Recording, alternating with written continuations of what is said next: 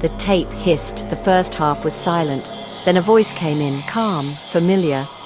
"Crime scene. One victim, red scarf. Alley behind 9th Street. The man listening thought it was fiction, until he saw the exact murder on the local news. And the voice, it was his father's, who died 17 years ago. Don't pause me again. After the death of his estranged uncle, Grayson Reed, aged 29, inherited a dusty trunk filled with cassette tapes, notebooks, and old ham radio parts. Most of the tapes were labeled in code, rambling voice notes, broken songs. But one stood out: "Do not play T3_47. The label was nearly peeled off.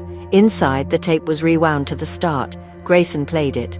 The first 47 seconds, blank.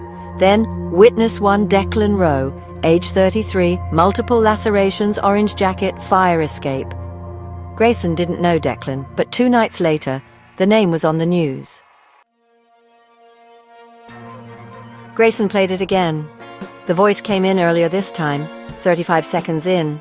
Same voice, different crime. Victim, Alina Cortez. Burned letter found in fireplace, basement window broken. The tape now ran 47 seconds longer than before. Every time it played, it recorded more, and the crimes started getting closer to home. One described a classroom, the same one Grayson once taught in, a murder no one else knew yet, and a name he hadn't heard in years: Grayson Reed, subject in waiting.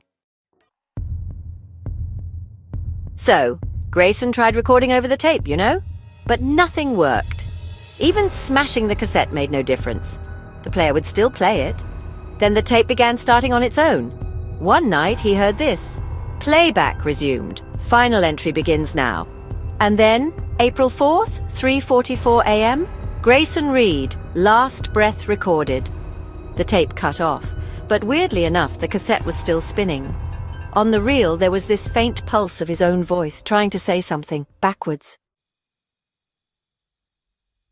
Grayson no longer plays music. He no longer records anything, but every time he sleeps, he hears that voice in the dark. Final entry loading.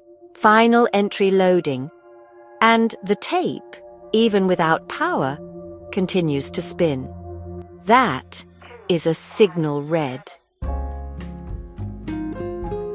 If you believe a tape can tell your future, or worse, write it for you, subscribe to Signal Red, because once the tape starts playing, it won't stop until you're in it.